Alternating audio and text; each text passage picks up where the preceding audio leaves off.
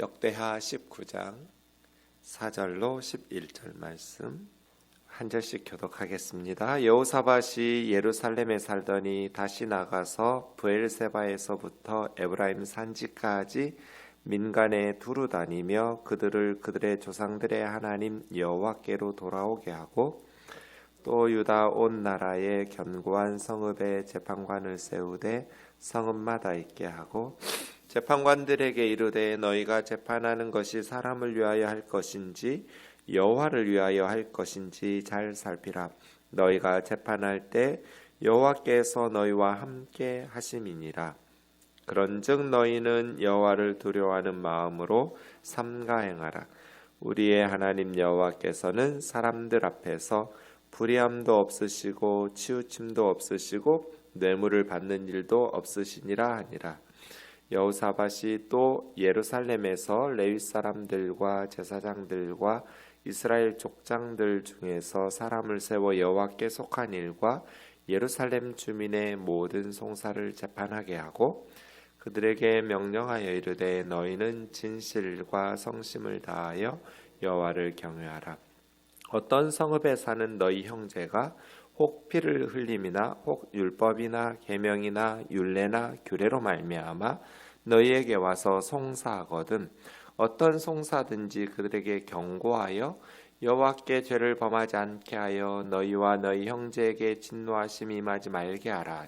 너희가 이렇게 하면 죄가 없으리라. 여호와께서 간 모든 일에는 대제사장 아마랴가 너희를 다스리고 왕에게 속한 모든 일은 유다 지파의 어른 이스마엘의 아들 스바디아가 다스리고 레위 사람들은 너희 앞에 관리가 되리라. 너희는 힘써 행하라. 여호와께서 선한 자와 함께 하실지로다 하니라. 아멘. 오늘 본문은 여호사밧이 사법제도를 정비하는 종교개혁을 단행하면서 사법제도를 정비하는 내용인데요. 5절에서 7절까지는 지방에 대한 것이고 8절에서부터 11절까지는 예루살렘에 대한 내용입니다. 4절 좀 특이하다고 생각했는데요. 여호사밧이 예루살렘에 살더니 뭔 말일까요? 당연히 여호사밧이 예루살렘에 사는 거 아니에요? 그런데 왜 여호사밧에 산다라는 말을 언급하고 있을까요? 여호사밧의 문제가 뭐냐면 북이스라엘과 혼인관계를 맺고 우리가 어제까지 보았듯이 아람과의 전쟁에 함께 하잖아요. 죽을 뻔한 상황에서 하나님 앞에 부르짖었고 구사일생으로 살아났고 사돈이었던 북이스라엘 왕 아합은 그 전쟁에서 전사하는 그걸 경험했어요. 그리고 예루살렘으로 돌아왔겠죠.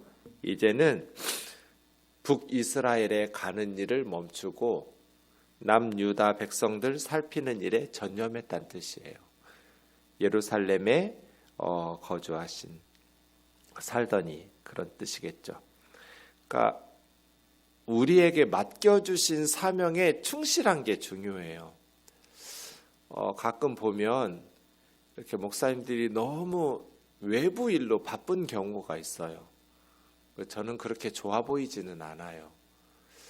그게 사명이면 아예 그냥 목회는 이렇게 다른 분에게 하도록 하고 돌아다니면서 사역하는 그러한 일들을 전념하는 게 낫지 않을까 하는 생각이 들어요.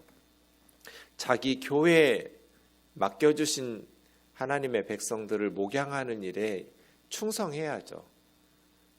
1차적으로는 여호사밧 왕에게 맡겨놓은 남유다 백성들의 그들의 삶을 왕으로서 잘 역할 감당하는 것에 충실해야지.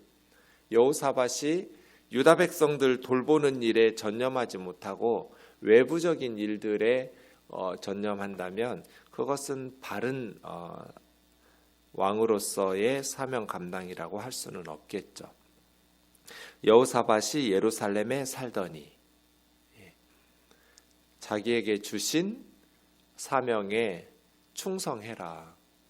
자기 가족들에게 충실하고 회사 일에, 학교 일에, 교회 일에 우리 각각 맡겨준 그 일에 잘 감당하면서 그 외에 이제 여력이 있거든 외부적인 일들, 본업이 아니라고 할까요? 하나님 주신 주된 사명이 아닌 일에도 감당하는 것이 필요하겠죠. 다시 나가서 브엘세바에서 에브라임 산지까지, 이 표현은 좀 우리에게는 어색한데요. 남쪽 유다를 이렇게 부를 수밖에 없겠죠. 원래 북이스라엘 가나안 땅, 북이스라엘까지 포함한 남유다까지 가나안 땅 전체를 말할 때는 단에서부터 브엘세바까지 이렇게 말해요. 단은 가장 북쪽에 있는 도시이고 브엘세바는 가장 남쪽에 있는 도시예요. 그런데 지금 북이스라엘 10지파가 사라졌잖아요. 그러니까 남유다만의 영토는 어떻게 말하겠어요? 가장 남쪽 브엘세바는 그대로 있겠지만 북쪽이 단까지 올라가지 못하는 거죠. 에브라임 산지까지. 그러니까 브엘세바는 남쪽 끝이고 에브라임 산지는 북쪽 끝, 남유다 왕국의 북쪽 끝인 거예요. 그래서 브엘세바에서 에브라임 산지까지, 이 말은 유다 영토 전체를 의미하는 것이죠. 원래 에브라임 산지는 여로보암이 북이스라엘 10지파 지역으로 가지고 갔었는데 13장 19절에 있는 것처럼 아비야가 여로보암에게서 베델, 여사냐, 에브론 지역을 빼앗았다라는 표현이 있거든요. 그때부터 이제 남쪽 유다 에브라임 산지도 성읍으로 편입되게 되는 거죠. 유다의 영토가. 그래서 브엘세바에서 에브라임 산지까지, 원래 에브라임 지파는 북이스라엘 10지파 중에 소속이었어요. 민간에 두루 다니며, 원문으로 보면 바암이란 뜻인데요. 바는 어디 안에, 암은 백성이니까요. 백성들 안에서, 백성들 안으로, 그런 뜻이죠. 왕이 백성들 안으로 두루 다녔다. 이건 무슨 뜻이겠어요? 정치는 현장의 목소리를 들어야 돼요. 그냥 탁상공론해서 바른 정책이 나올 수가 없겠죠. 그래서 왕이 직접 그냥 신하들 보내놓고 자기는 왕궁에서 편안히 보고만 받고 결정을 내리는 것이 아니라 직접 백성들의 소리를 들으려고 백성들 안으로 들어간 거예요. 민간에 두루 다니며. 그래서 백성들의 삶의 현장을 눈으로 직접 보고 현장의 목소리를 듣고 정책을 펼쳐나가는 것이죠. 그러면서 그들의 조상들의 하나님께로 돌아오게 하고, 이건 종교개혁이죠. 왜 이런 일들이 필요했겠어요? 북이스라엘의 아합과 이세벨의 딸 아달랴를 며느리로 데려오잖아요. 여호람 자기 아들을 위해서. 이 결정적인 악의 씨앗을 뿌린 건데요. 이제 나중에 이 선택이 얼마나 유다를 망쳐놓는지, 이 아달랴라는 여자가 얼마나 악독한 짓을 범하는지를, 이걸 미리 알았다면 여호사밧이 그렇게 아합과 이세벨이 우상을 숭배하는 북이스라엘을 초토화시키고 있는, 엘리야 선지자가 그렇게 몸부림쳐도 하나님의 사람들 다 죽이고, 엘리야는 자기 혼자 살아남은 줄 알았어요. 나밖에 없다고. 하나님 앞에 기도할 때 아니라고, 내 이름을 위해서 숨겨놓은 7,000명이 있다고. 이렇게 말할 만큼 아합과 이세벨이 하나님의 선지자들을 죽이고 또 하나님의 제단들을 헐어버리면서 북이스라엘을 배교의 나라, 우상 숭배의 나라로 만들어가고 있는 걸 알면서도, 모르고 혼인관계를 맺었다면 이해할 수 있지만 다 알고 있었어요. 전쟁도 마찬가지죠. 하나님께서 미가야 선지자를 통해서 이 전쟁은 절대로 해서는 안 된다는 것, 이제 왕을 죽이기로 작정하고 시작했다라는 하나님의 선지자를 통해서 메시지를 듣고 알고 있었음에도 불구하고 여호사밧은 전쟁터에 나가잖아요. 그러다가 죽을 뻔한 거잖아요. 인간이 이렇게 어리석어요. 다 알면서도 혼인관계를 맺고, 다 말씀을 들었으면서도 전쟁을 멈추지 않는 이 어리석은 여호사밧 말이에요. 이 선택이 얼마나 자신과 나라를 어렵게 만들었는지 큰 피해를 주는. 어쨌든 북이스라엘과의 혼인을 통해서 우상 숭배자인 아달랴라는 며느리를 자기 아들을 통해서 데려오면 백성들은 어떻게 하겠어요? 왕이 이런 식으로 살아버리면 신하들과 백성들도 우상 숭배의 미혹과 유혹에 넘어가겠죠? 그러니까 다시 하나님 여호와께로 돌아오게 하는 종교개혁을 단행하는 상황이 왕 여호사밧에서부터 시작된 거예요. 어쨌든 종교개혁이 단행되면서 사법개혁으로 이어집니다. 온 나라에 견고한 성읍에 재판관을 세우되 성읍마다 있게 하고, 여기서 성읍마다 있게 했다라는 건 견고한 성읍마다 그런 뜻인데요. 견고한 성읍이라는 것은 도시 이르 성읍에 바차르라는 말이 원래는 접근하지 못하게 하다, 잘라내다. 그러니까 적을 잘라내고 접근하지 못하게 하는 도시. 무슨 성읍이겠어요? 군대가 주둔해서 요새화된 도시, 그런 의미예요. 견고한 성읍, 이 말은 군대를 주둔시키고 요새화한 성읍, 그런 뜻인데요. 그런 견고한 성읍마다, 모든 도시마다가 아니고요, 요새화된 성읍마다 재판관들을 세운 거예요. 재판관들에게 이르되 너희가 재판하는 것이 사람을 위하여 할 것인지 여호와를 위하여 할 것인지 잘 살펴라. 직역하자면 사람들을 위해서가 아니다, 하나님을 위해서 너희가 재판한다라는 것을 명심하라는 거예요. 재판은 사람들을 위해서 하는 거 아니에요? 그런데 왜 사람들을 위해서 하는 게 아니라고 말해요? 왜 하나님을 위해서 재판한다는 말을 할까요? 이게 이제 메시지죠. 재판관은 하나님의 정의와 하나님의 율법을 위해서 세움받은 자란 뜻이에요. 물론 사람들을 위해서 재판하죠. 그런데 사람들의 문제를, 사람들의 송사를 다루지만 하나님을 위해서 재판해야 된다는 거예요. 이거 굉장히 중요한 내용이죠. 하나님을 위해서 사람들에게 재판하는 거죠. 제가 설교해요? 누구를 위해서 설교해요? 사람들에게 설교하죠. 하나님이 하나님 말씀 들으실 필요가 뭐가 있어요? 사람들을 위해서 사람들에게 하나님의 말씀을 전해요. 그런데 저는 누구를 위해서 설교해요? 항상 저는 하나님을 위해서 설교한다는 생각을 가지고 하거든요. 이게 무슨 뜻이겠어요? 하나님을 위해서, 사람들을 위해서, 하나님을 위해서 사람들에게, 이거거든요. 하나님의 말씀을 전하는 것을 통해서 하나님의 정의를 드러내고 하나님의 영광을 위해서 하나님의 말씀을 전하는 거죠. 그 목사만 그래요? 여러분도 마찬가지죠? 무엇을 하든지 가정주부가 가족들 위해서 가정 일을 돌보죠. 가사 일을 해요. 그런데 그것을 단지 가족들만, 사람들을 위해서만이 아니에요. 하나님의 영광이 드러나야 되고 나는 지금 하나님의 일을 감당하고 있다고. 이것이 만인 제사장설이잖아요. 여러분이 회사에서 일하실 때 사람들만을 위해서 하는 것이 아니죠. 사람들에게 해요. 그런데 우리는 무엇을 하든지 하나님의 영광을 위해서, 하나님의 말씀을 순종하면서. 여호사밧의 말이 그거예요. 사람을 위해서 하는 게 아니다, 하나님을 위해서 하는 거라는 것을, 하나님의 영광을 위해서 재판하라는 거예요. 하나님의 정의를 드러내야 되고 하나님의 율법을 드러내는 사람들이다.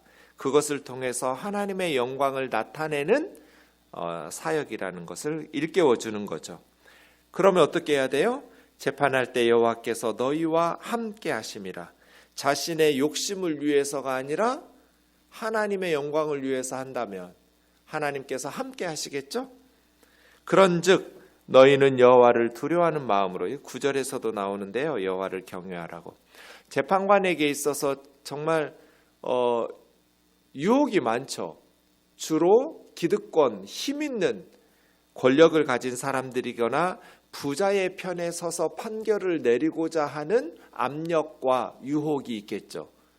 예나 지금이나 어느 나라나 재판관들에게는 권력자의 편에 서기가 쉽잖아요. 똑같은 양쪽의 주장에 대해서 송사가 붙었을 때 말이에요. 그래서 가난한 사람들, 고아와 과부 같은 사람들, 힘없는 사람들에게 정당하게 판결을 내리는 것이 참 쉽지 않잖아요. 그래서 뭐가 필요해요? 하나님을 두려워하는 마음으로. 이게 필요한 거죠. 여호와를 두려워하는 마음으로 권력을 가진 사람이나 재력을 가진 사람들의 편에 서서 말하지 말고 정당하게 판결을 내리라는 거예요. 물론 그렇다고 해서 가난한 사람들을 두호하고 편들어 줄 필요도 없어요. 그 사건만 보고 정당하게 하나님의 말씀에 따라서 판결을 내리라는 거죠. 여호와를 두려워하는 마음으로. 이 마음이 없으면 재판하는 사람들은 힘 있는 사람들의 편에 서서 판결을 내리면서 승승장구하면서 경쟁에서 앞서 나가고 세상의 부귀 영화와 명예와 권세를 취득하려고 할 거예요. 그러지 말라는 거예요. 우리 하나님 여호와께서는 사람들 앞에서 불의함도 없으시고 치우침도 없으시고 뇌물을 받는 일도 없으신 분이니까. 무슨 뜻이에요? 재판관들은 하나님의 성품을 재판에서 드러내야 되는 거예요. 하나님의 성품이 어떤데요? 불의함도 없으시고 치우침도 없으시고 뇌물을 받는 것도 없으신 분이니까요.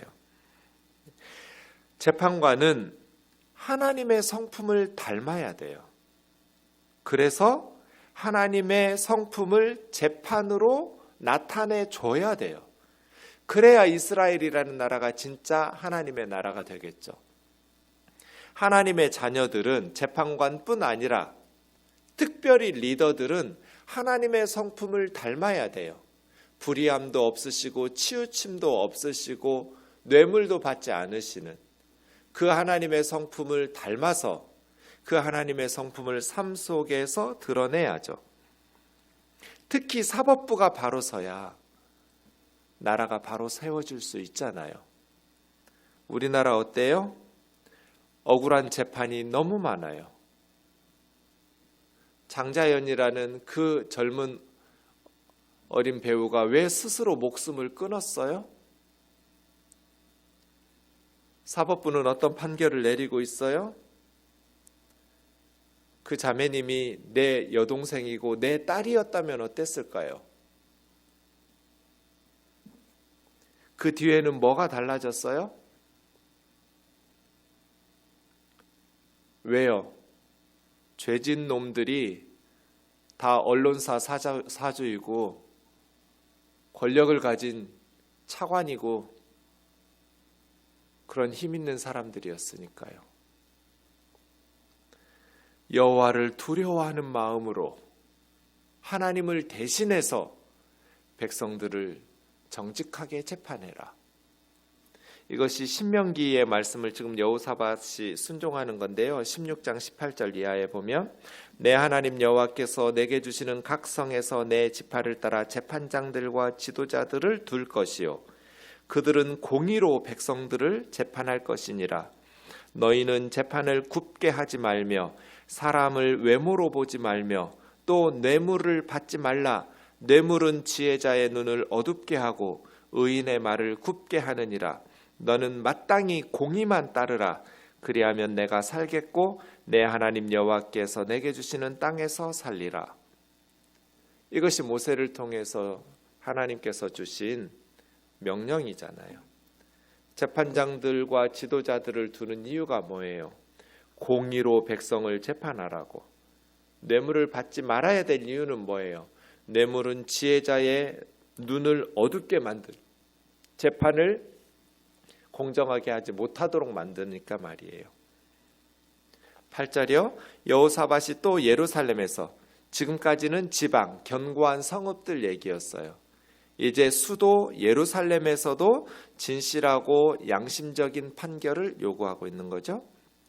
레위 사람들과 제사장들과 이스라엘 족장들 중에서 사람을 세워 여호와께 속한 일과, 이건 종교적인 일이고요.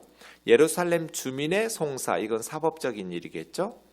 모든 일에, 그러니까 예루살렘 주민의 분쟁 사건을 다루고, 그 다음에 10절에 보면 어떤 성읍에 사는 형제가 예루살렘에 올 때, 그러니까 예루살렘 사법부는 두 가지 일을 하는 거예요. 하나는 8절에 있는 것처럼 예루살렘 주민의 송사를 다루는, 우리처럼 하면 서울지방검찰청 뭐 이런 식으로 서울지방법원 이런 거겠죠. 견고한 성읍들의 지방법원들이 있는 것처럼 서울 사람들을 위해서 서울 시민들의 송사를 다루는 서울지방법원이 있고, 또 서울에는 어떠한 법원도 있어야 되냐면 대법원도 있어야 되는 거예요. 지방에서 해결하지 못한 문제들을 예루살렘으로 끌고 왔을 때 판결해 주는 대법원 역할을 하는, 그게 10절이죠. 예루살렘 주민들의 송사를 재판하는데 진실과 성심을 다하여 여호와를 경외하라. 7절하고 같죠? 여호와를 두려워하는 마음으로. 재판은 하나님을 경외하는 마음으로, 하나님을 두려워하는 마음으로. 하나님을 두려워하지도 않는데 어떻게 바른 재판을 하고 어떻게 뇌물과 자기 이익을 위한 재판을, 유혹을 물리칠 수 있겠어요. 어떤 성읍에 사는, 이제 지방에서 해결되지 않은 사건을 예루살렘으로 가져왔을 때, 예컨대 피 흘림이나, 피 흘림은 원문에 보면 바이담 르담, 그러니까 바인이라는 말은 사이라는 뜻이고요. 담이 피거든요. 피와 피 사이에, 직역하면 그런 뜻이에요. 그러니까 뭐 살인 사건이 일어나거나 어떤 몸을 피 흘리게 하는 상해 사건이 일어났을 경우 이게 고의적으로 일어난 일인지 실수로 일어난 일인지 이런 것들 판결하면서 잘잘못을 따지거든요. 피를 흘림이죠. 그다음 율법이나 계명이나 율례나 규례로 말미암아 너희에게 왔을 때, 이건 이제 율법에 대한 해석의 문제예요. 유권 해석을 내려주는 게 예루살렘 대법원의 우리 헌법재판소 같이요. 율법이나 규례나 계명이나 뭐 이런 것들에 대한 논란이 있을 때, 해석의 모순이나 논란이 일어났을 때 유권 해석을 내려주는 게 예루살렘에 있는 헌법재판소 같은 역할, 대법원의 역할을 해주는 것이죠. 너희 와서 송사하면, 그런데 10절 하반절이 저는 중요하다고 봐요. 이 경고라는 단어예요. 자하르라는 말인데요. 이 경고라는 자하르라는 말은 가르치다, 경고하다, 훈계하다 이런 뜻이에요. 뭐 빛나게 하다 이런 의미도 있지만 가르치라는 거예요. 그래서 뭐라고 훈계하고 경고하면서 가르치냐면, 여호와께 죄를 범하지 않게, 너희와 너희 형제에게 진노하심이 임하지 말게, 이렇게 행하면 너희에게 죄가 없으리라. 그러니까 재판관들은 사람들의 사건을 재판하는 게 끝이 아니에요. 내가 재판은 잘했는데 예루살렘에 계속 범죄 사건이 일어나. 그러면 재판관으로서 일을 잘한 걸까요? 그게 끝이 아니라는 거예요. 물론 재판관은 판결을 바르게 하는 게 주된 업무겠죠. 그러나 재판을 하는 것만이 내 역할의 끝이 아니라 여호와께 죄를 범하지 않게 하라는 거예요. 죄인들에게. 그래서 자신들의 죄를 깨닫게 하고 다시는 죄를 범하지 않도록, 그렇게 하나님의 말씀을 깨우치고 하나님의 말씀대로 살아갈 수 있도록 가르치라, 경고해라. 그래서 하나님의 진노하심이 임하지 않도록 하는 게 너의 역할의 사명이라는 거예요. 그러니까 판사들은 재판만 잘하면 되는 게 아니고, 재판할 뿐 아니라 정직하게 재판을 내리고 그 재판을 통해서 하나님의 영광을 드러내야 되는 거예요. 하나님의 말씀을 드러내고 하나님의 정의를 드러내고 죄인들이 자신들의 죄를 깨우치고 정말로 참회하고, 그래서 다시는 죄를 반복하지 않아 하나님의 진노하심이 내리지 않도록, 이게 재판장의 역할이라는 거예요. 재판은 열심히 했는데 사회가 점점 어두워지고 백성들의 죄가 점점 많아져서 결국 하나님의 심판이 임하고 나라가 망하고 사회가 무너지고 그러면 재판장에게는 책임이 없어요? 자기는 판결 바르게 내렸으니까? 아니라는 거예요. 책임이 있다. 11절 여호와께 속한 일, 이건 뭐 종교적인 일이나 어떤 제사와 관련된 신앙적인 일에는 대제사장 아마랴가, 왕께 속한 모든 일, 이건 이제 세속적인 일이겠죠.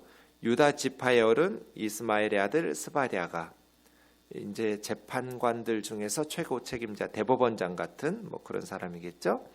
레위 사람들이 하위 기관으로서 재판관 밑에서 수종들도록 관리로 되게 해서 힘써 행하라.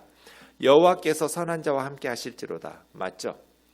하나님은 공의를 행하는 자들의 편에 서시죠. 하나님은 선을 행하는 자들과 함께 계십니다.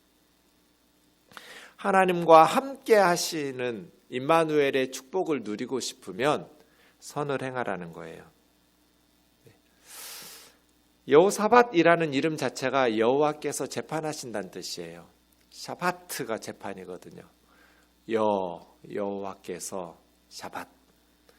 이 여호와라는 하나님의 거룩하신 이름이 앞에 축약해서 붙으면 여예요. 여호사밧처럼, 여호수아처럼. 끝에 붙으면 야예요. 할렐루야처럼. 이게 다 하나님의 이름 여호와가 앞뒤로 붙는 방식인데요.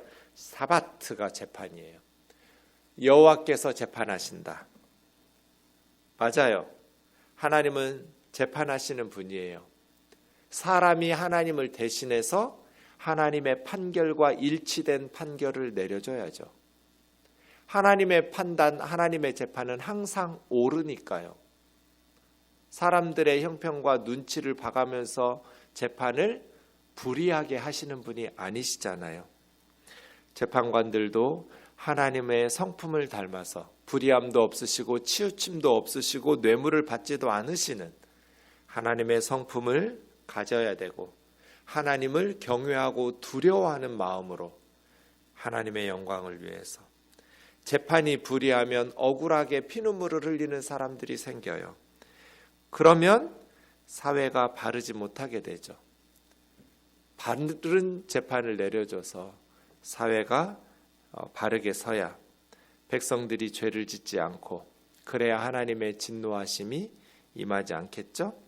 재판관은 하나님께 예배하듯이 바른 재판을 통해서 하나님께 영광을 돌려야 돼요.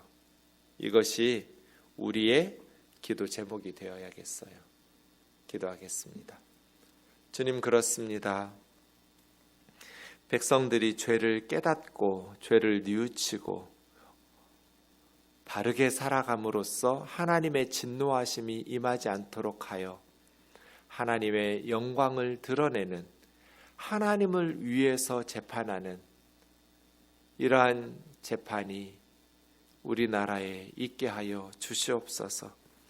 하나님의 진노하심을 받지 않는 나라, 하나님의 성령이 탄식하며 슬퍼하지 않는 나라, 그러한 사법부가 될 수 있도록 이 땅을 바로 세워 주시옵소서. 그동안 너무나 많은 억울한 재판들이 있었고 지금도 그러한 재판들이 진행되고 있고, 권력과 물질에 의해서 재판이 왜곡되고 뒤틀리는 판결들이 있었사오니, 자비로우신 주님, 우리나라 사법부에 하나님을 두려워하고 진정으로 백성들을 사랑하는 공정한 재판관들이, 그러한 법조인들이 인정받고 칭찬받고 더 높임받을 수 있는 그러한 정직한 나라 되게 하여 주시옵소서. 예수님의 거룩하신 이름으로 기도하옵나이다. 아멘.